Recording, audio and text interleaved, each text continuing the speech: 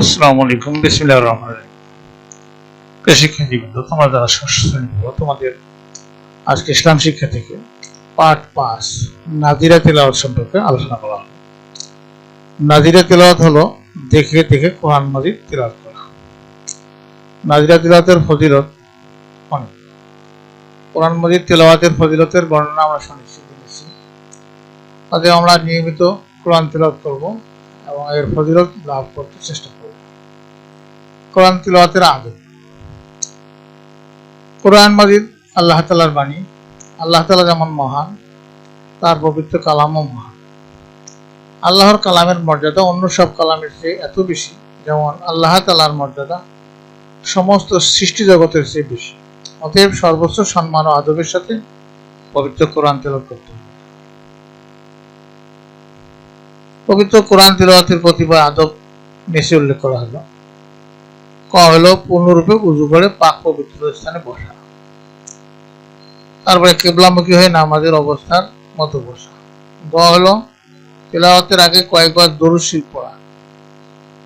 হলো আউযুবিল্লাহ ও বিসমিল্লাহ বলে তিলাওয়াত শুরু করা। 5 হলো হিফজ বা মুখস্থ করার নিয়ত না থাকলে ধীরে ধীরে তাজবিদের সাথে তিলাওয়াত করা। 6 হলো সক্ষম হলে অর্থ বুঝে তিলাওয়াত করা। 6 হলো অর্থ বুঝে না আসলে কোরআন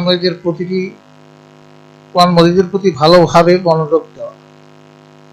বর্গজা হলো সুন্দর সুরে তিলাওয়াত করা।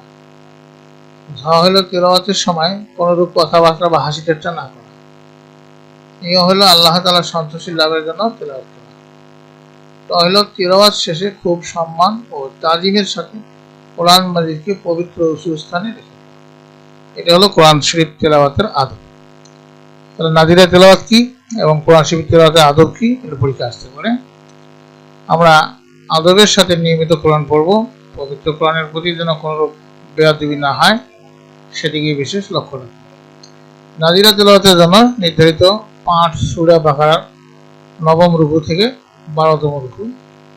প্রিয় শিক্ষার্থীবৃন্দ, তোমাদের কাজ হলো শ্রেণীকক্ষে শিক্ষকদের সম্মুখে শুদ্ধ উচ্চারণে কোরআন তেলাওয়াত করবে এবং বাড়িতেও শুদ্ধ উচ্চারণে কোরআন তেলাওয়াত করবে।